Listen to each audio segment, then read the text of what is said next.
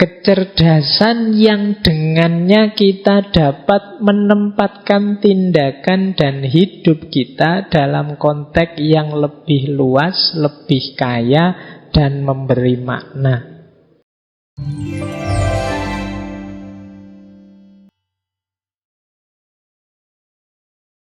Jadi di antara bukti sayangnya Allah pada kita manusia, itu kita diberi aneka rupa bentuk intelijensi atau kecerdasan. Hanya saja sayangnya tidak semuanya kita pergunakan secara optimal.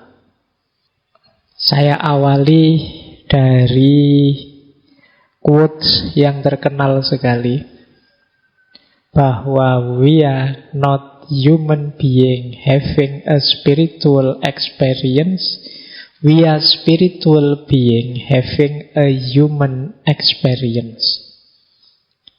Ini kalimat terkenal sekali kalau teman-teman belajar tentang spiritualitas. Yang maksudnya adalah kita itu sebenarnya bukan makhluk yang manusiawi yang kemudian punya pengalaman spiritual, tapi hakikatnya kita itu makhluk spiritual yang punya pengalaman kemanusiaan. Apalagi orang beragama, kita yang muslim kan mengakui bahwa kita ini anak cucunya, baninya Adam. Yang Adam itu dulu hidupnya di surga. Hakikatnya dia makhluk yang sangat disayang oleh Allah. Hakikatnya kita itu spiritual, cuma mendapat casing manusia. Nah ini quotes ini menarik. Mungkin ada yang setuju, ada yang tidak. Tapi nanti ada uraiannya untuk membuktikan mengapa sih kok kita itu sebenarnya hakikatnya makhluk spiritual. Jadi yang kelihatan ini dari luar ini hanya casingnya. Jadi kalau casing itu kan kadang tidak menggambarkan isinya. Kayak hari ini teman-teman misalnya HP-nya merek apa Xiaomi, tapi nanti casingnya iPhone. Nah, kan banyak saya kemarin lihat ada casing yang unik gitu ya. Jadi dari luar itu kelihatan kayak iPhone. Kalau nelpon diperlihatkan ini iPhone. Tapi begitu dibuka casingnya, oh ternyata bukan iPhone, ternyata Xiaomi. Nah, yang penting kan berarti intinya itu yang operatif, yang bermain itu kan yang dalamnya, bukan casingnya. Maka di dunia spiritualitas termasuk mistisisme sangat ditekankan kita tolong jangan berhenti di casing. Jangan berhenti di fisik. Ya, casing penting, tapi yang lebih penting yang intinya itu bukan di casingnya. Nah, maka manusia juga dijelaskan kita itu makhluk spiritual hakikatnya. Hanya saja punya pengalaman kemanusiaan. Nanti pengalaman kemanusiaan ini akan kita tinggalkan. Kita akan kembali ke hidup yang sejati, hidup yang spiritual. Baik, lanjut ya. Ini loh buktinya bahwa kita itu makhluk spiritual. Kita itu adalah satu-satunya makhluk yang diberi fitrah makna. Jadi kita itu makhluk yang selalu bertanya tentang siapa kita. Mengapa aku ada? Misalnya ada lagi yang tanya, kenapa aku menderita? Apa makna hidupku? Apa nanti yang terjadi setelah aku mati? Ini khas manusia. Makhluk yang lain tidak pernah menggelisahi ini. Jadi tidak ada kok selain manusia bertanya, mengapa kok aku menderita? Kenapa aku kok jadi sapi dulu? Akhirnya kemarin Idul Adha disembelih orang banyak misalnya. Dia tidak pernah tanya kok hidupku ngenes tenan ya, menderita sekali. Tidak pernah tanya tentang itu. Yang bertanya tentang itu, membahas itu hanya manusia. Jadi ada kesadaran lebih dalam tentang hidupnya. Karena memang yang hakiki dari hidupnya itu ada di dalam, tidak di luar. Kita kan tanya, siapa sih aku ini loh? Padahal kalau ngaco kan sudah kelihatan, loh ini aku. Tapi kan masih tanya saja, berarti kan ada makna lebih dalam. Kita belum puas hanya melihat identitas eksternal kita, hanya melihat wujud fisik kita. Kalau sebenarnya kan jawaban gampang, kalau hanya dari luar kan siapa aku, tinggal nyari lemari yang ada kacanya, terus oh itu aku kan. Tapi kita tidak puas, bukan itu aku. Pasti ada sisi dalamnya. Termasuk kita juga tanya, kenapa sih aku dilahirkan? Kok aku jadi orang Indonesia? Itu pun jadi anak desa. Kok ndak anaknya konglomerat apa anaknya kok jadi. Kenapa kok aku? Ini makna namanya. Jadi manusia itu makhluk yang selalu bertanya tentang makna. Jadi makna itu kan sesuatu yang tidak bisa dipahami hanya dari kelihatannya. Jadi makna itu kan selalu ada di balik realita. Misalnya minuman ini. Kenapa sih kok Pak Faiz diberi minuman 2, kalau teman-teman kok cuma 1 misalnya. Loh, ini kan tidak sekedar adanya 2 minuman ini, tapi di balik ini ada makna. Mungkin penghormatan, mungkin penghargaan, mungkin basa-basi, mungkin macam-macam. Iya kan macam-macam kan, kita tidak tahu maknanya apa gelas yang 2 itu. Berarti apa? Dia tidak bisa hanya dilihat dari 2 gelasnya. Di balik 2 gelas ini ternyata ada makna. Nah manusia juga begitu, tidak bisa dia dilihat hanya dari kelihatannya. Maka kalian yang hanya sering tertipu oleh casing, sering tertipu oleh kalimat, sering tertipu oleh pernyataan, lupa bahwa di balik casing, di balik kalimat, di balik pernyataan itu ada makna. Ya hidup kita nanti jadinya dangkal. Dan itu sering jadi penyakit di era digital ini. Hidup yang tidak dalam. Kita melupakan sisi spiritual kita. Nah, jadi diawali dari sini ya, bahwa ternyata sisi spiritual hidup ini penting. Dan kita ini makhluk spiritual, ternyata juga kita punya namanya kecerdasan spiritual. Nah, kalau dimudahkan gambarnya bisa seperti itu. Belakangan kan banyak pelatihan-pelatihan emosional spiritual quotient, ISQ. Sebenarnya banyak orang mengkritik yang I-nya, IQ, yang intelektual, tapi sebenarnya itu juga penting. Tiga-tiganya penting. Intelektual ya penting, emosional ya penting, spiritual ya penting. Tapi jangan berhenti di intelek saja. Seperti kajian kita minggu lalu, kalau berhenti di intelek saja ya kita sering rusak hidup kita karena tidak mampu menata emosi. Malam hari ini akan kita sadari betapa juga intelektual dan emosi saja juga belum cukup. Kita masih perlu kedalaman spiritual melalui kecerdasan spiritual. Kalau intelektual itu what I think, kalau emosional itu what I feel, kalau spiritual itu what I am. Jadi spiritual itu jauh lebih utuh. Nanti kita pelajari pelan-pelan kecerdasan spiritual ini. Kalau intelektual otak kiri, emosional otak kanan, yang spiritual ini yang melandasi semuanya. Meskipun kalau teman-teman nanti baca buku Spiritual Quotient, itu nanti ada bagian tertentu yang menjelaskan adanya nama God spot. Jadi God spot bagian kecil dari otak yang ini bisa menampung, meraih wawasan-wawasan spiritual. Tapi kita skip ya yang bagian itu, karena saya khawatirnya kalian tambah ngantuk malam hari ini kalau menjelaskan neuroscience. Kita yang lebih fungsional operatif saja, yang lebih mudah dipahami. Nah, biasanya orang menjelaskan pentingnya 3 itu pakai tabel itu. Jadi orang itu ada kalanya pinter, IQ-nya tinggi. Tapi kalau tanpa kecerdasan emosi dan juga kecerdasan spiritual, dia akan menjelma jadi orang yang kaku, keras, tidak manusiawi. Nah, sehingga banyak orang yang ilmunya justru melahirkan bencana, melahirkan kerusakan-kerusakan di muka bumi. Kan banyak tokoh-tokoh yang dikenal sebagai penghancur, destruktif. Itu kan tokoh-tokoh pinter semua mereka itu. Kenapa kok bisa?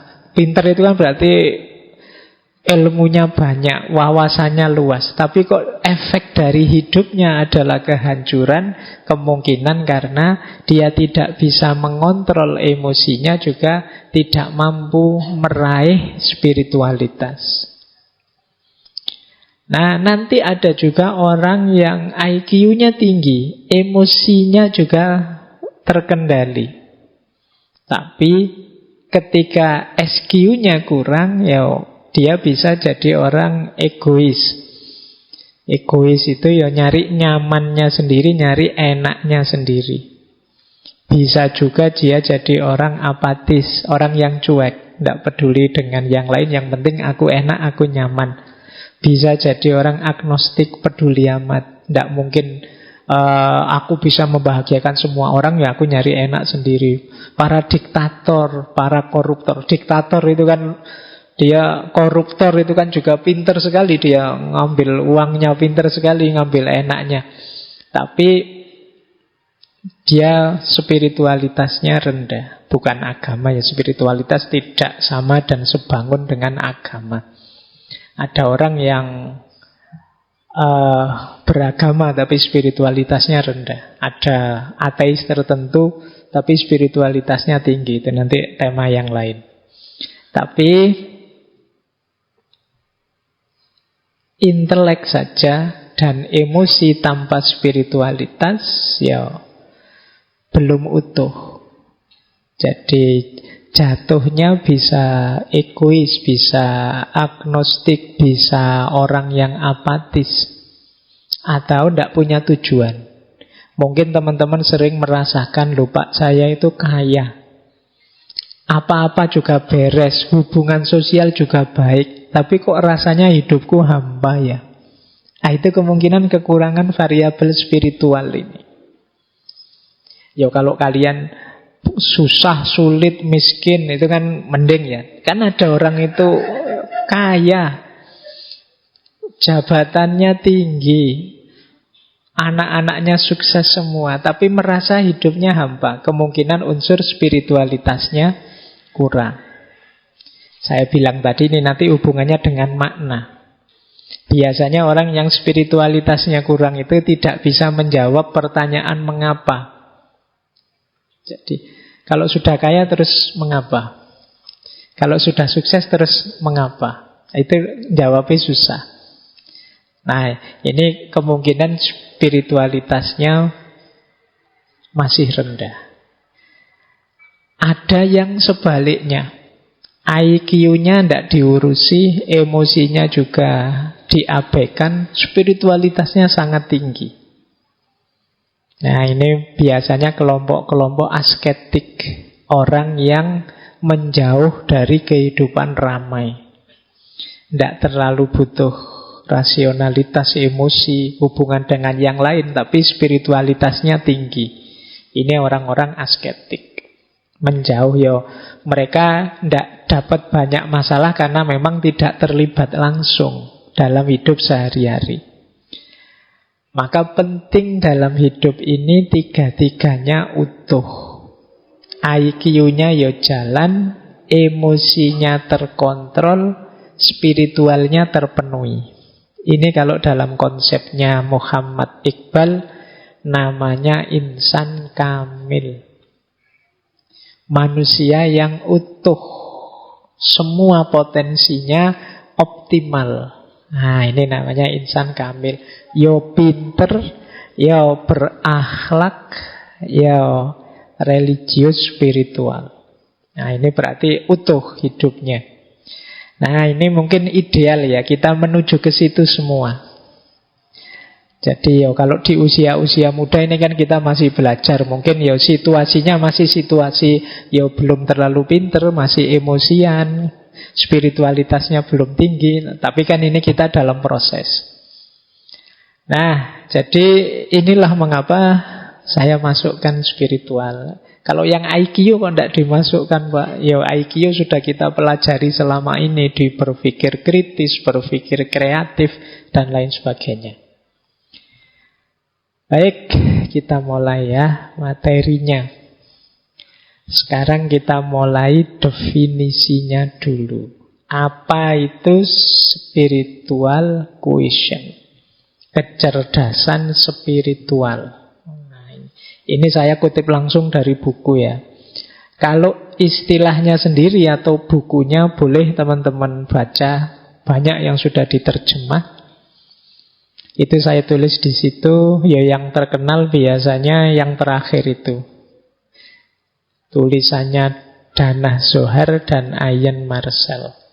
Spiritual Intelligence, the Ultimate Intelligence. Itu terbit tahun 2000. Dan beberapa buku yang lain yang saya tulis di situ.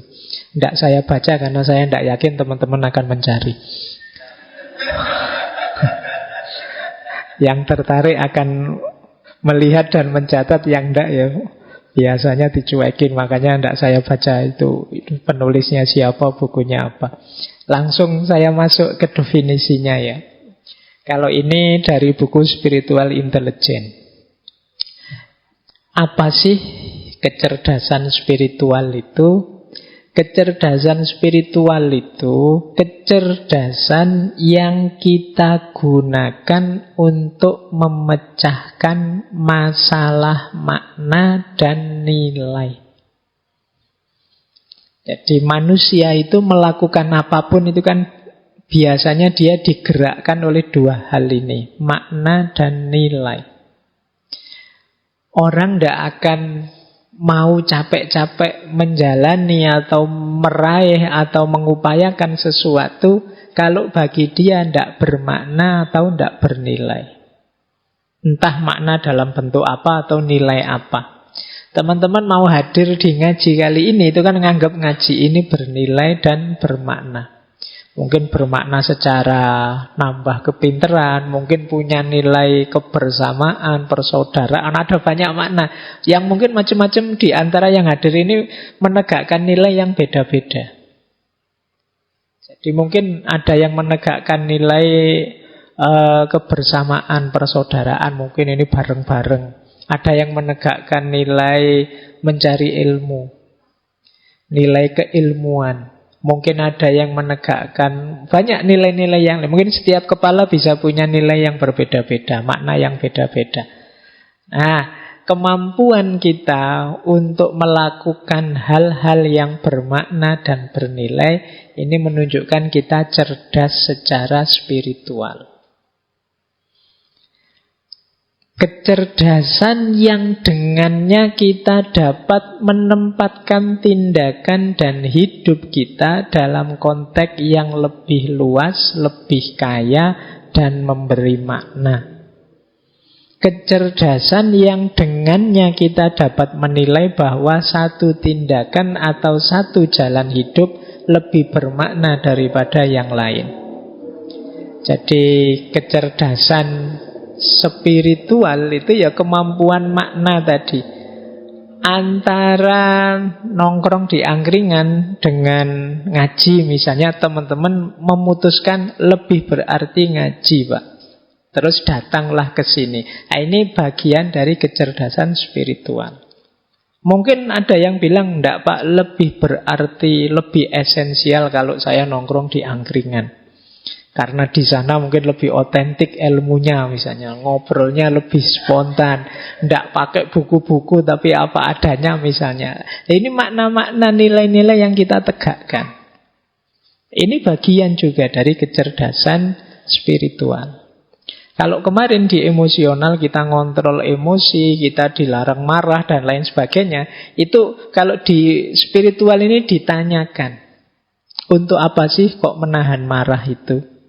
Kalau kita bisa menjawab, berarti kita setelah melakukan hal yang bermakna. Berarti kita cerdas secara spiritual.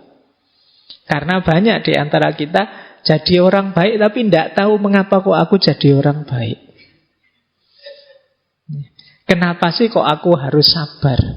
Kenapa sih kok? Itu kita jarang merenung sampai sedalam ini. Padahal itu yang disebut bagian dari kecerdasan spiritual.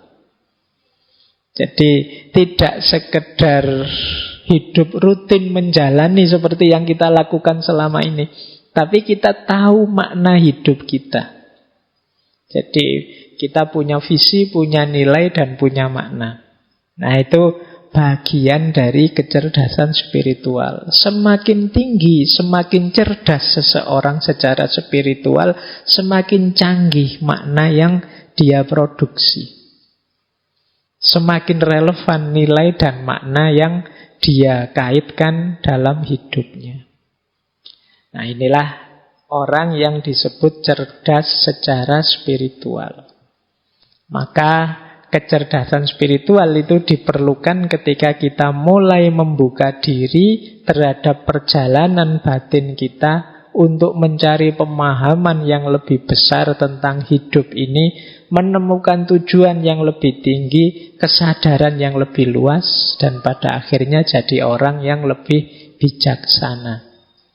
Oh, ini kalimatnya dibaca saja indah, meskipun kalau dijalankan ya perlu latihan terus-menerus. Baik, jadi paling tidak sudah dapat gambaran itu. Ya kalau orang beragama biasanya maknanya selalu dikaitkan dengan yang maha tinggi, yang meliputi dengan hal-hal ketuhanan. Karena memang spiritualitas itu dekat sekali dengan ranah agama, ranah ketuhanan. Meskipun tidak sama persis seperti saya jelaskan tadi. Nah, dunia spiritual itu isinya itu. Berarti nanti orang memaknai sesuatu itu dikaitkan dengan itu. Jadi ada ultimate reality, ada dunia personal, ada dunia sosial. Nah, spiritualitas dalam aspek dunia yang ultimate itu artinya puncak, realitas puncak. Itu biasanya tema-temanya sehubungan dengan ketuhanan, keagamaan, dan tentang kerohanian, jiwa atau roh. Jadi dunia spiritual itu isinya apa saja ya? Ada dalam aspek realitas tinggi di balik realitas yang kita lihat sehari-hari, ada juga dalam aspek personal diri kita, ada juga dalam aspek sosial. Maka seseorang dianggap punya spiritualitas yang tinggi kalau tiga aspek ini semuanya terpenuhi. Yang pertama ya kesadaran akan realitas puncak. Berarti seorang yang spiritual itu menerima adanya yang lebih tinggi dari realitas yang kita alami sehari-hari. Yang pertama jelas Tuhan. Jadi di situ disebut ketuhanan, keberagamaan, dan kerohanian. Kalau ini mudah dipahami karena biasanya spiritualitas itu kan dikaitkan dengan agama. Nah, yang kedua, diri kita sendiri secara person. Orang itu personalnya disebut seorang yang bernilai spiritual. Itu yang pertama kalau dia punya kesadaran diri, kemudian hidupnya punya nilai dan makna, ada keimanan dan komitmen, kepercayaan pada nilai-nilai dan komitmen, kemudian manusia yang berkarakter, kemudian orang yang mampu mengelola senang dan susah dalam hidupnya, kebahagiaan dan kegelisahan dalam hidupnya. Ini namanya seorang yang spiritual. Atau dimensi sosial, hidup bersama. Hidup bersama yang spiritual itu yang seperti apa? Ya yang didasari oleh persaudaraan, jenisnya kesetaraan, saling terhubung, empatik, dan kasih sayang atau cinta. Nah, jadi realitas spiritual itu bisa jenisnya sosial, bisa jenisnya personal, bisa ultimate reality. Biasanya kita seringnya menganggap yang spiritual itu ya yang ultimate reality saja. Padahal ya personal kita itu punya tanda spiritualitas 5 tadi, punya kesadaran diri, punya nilai, punya komitmen, punya karakter, mampu mengelola diri. Nah, ini seorang yang spiritual. Kalau hidup sosial antar manusia itu corak spiritual kalau dia dilandasi persaudaraan, kesetaraan, keterhubungan, empatik, dan cinta. Nah, ini nanti akan jadi karakter bahwa orang yang cerdas secara spiritual itu mampu menghidupkan 3 dunia ini. Jadi dia beres dengan dirinya, beres dengan sesamanya, dan beres dengan Tuhannya. Inilah orang yang cerdas secara spiritual.